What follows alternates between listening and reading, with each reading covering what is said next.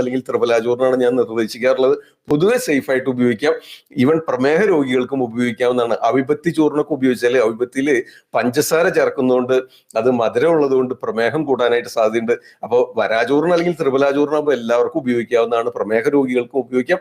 പ്രമേഹം കുറയുന്നതിനും സഹായിക്കും. ഓക്കെ, അപ്പോൾ ആ രീതിയിലും ഇതിന് ഉപയോഗമുണ്ട്. ഓക്കെ, അപ്പൊ പ്രമേഹം നിയന്ത്രിക്കുന്നതിന്, ഉദരക്രമി ശമിപ്പിക്കുന്നതിന് ഇനി രണ്ട് കാര്യം കൂടെ പറയണ്ട. അതായത് നമുക്ക് ഈ അമിത വയറ് ചാടുക, ബെല്ലി ഫാറ്റ് കൂടുക, ഭയങ്കരമായിട്ടുള്ള ഗ്യാസ് ട്രബിള്, പലതരം ഹോട്ടലുകൾ ഭക്ഷണങ്ങളൊക്കെ കഴിച്ച് അങ്ങനെ ഗ്യാസ് ട്രബിളും അസിഡിറ്റി, നെഞ്ചിരിച്ചിലും പുളിച്ചേറ്റലും ഒക്കെ ഉള്ളവരാണെങ്കിൽ ഇത് ഒരു ചൂർണം ഇതുപോലെ ഇടയ്ക്കൊക്കെ ആഴ്ചയിൽ ഒരു ദിവസമെങ്കിലും ചൂടുവെള്ളത്തിൽ കലക്കി കുടിച്ചൊന്ന് വയറ് ശുദ്ധി വരുത്തുന്നത് നന്നായിരിക്കും. പിന്നെ അമിതമായിട്ടുള്ള കൊടവയറുള്ളവരൊക്കെ ഇത് പതിവായിട്ട് കഴിക്കുന്നത് കൊടവയറ് കുറയുന്നതിന് സഹായിക്കും. അതുപോലെ തന്നെ വെയിറ്റ് കുറയുന്നതിന് സഹായിക്കും. സുഖശോധനല്ലേ, ആമപാചനമാണ്, ദീപനമാണ്, ത്രിദോഷഹരത്തുണ്ട്, ത്രിദോഷ ശമന സ്വഭാവമുണ്ട്. അപ്പൊ അതുകൊണ്ട് വെയിറ്റ് കുറയുന്ന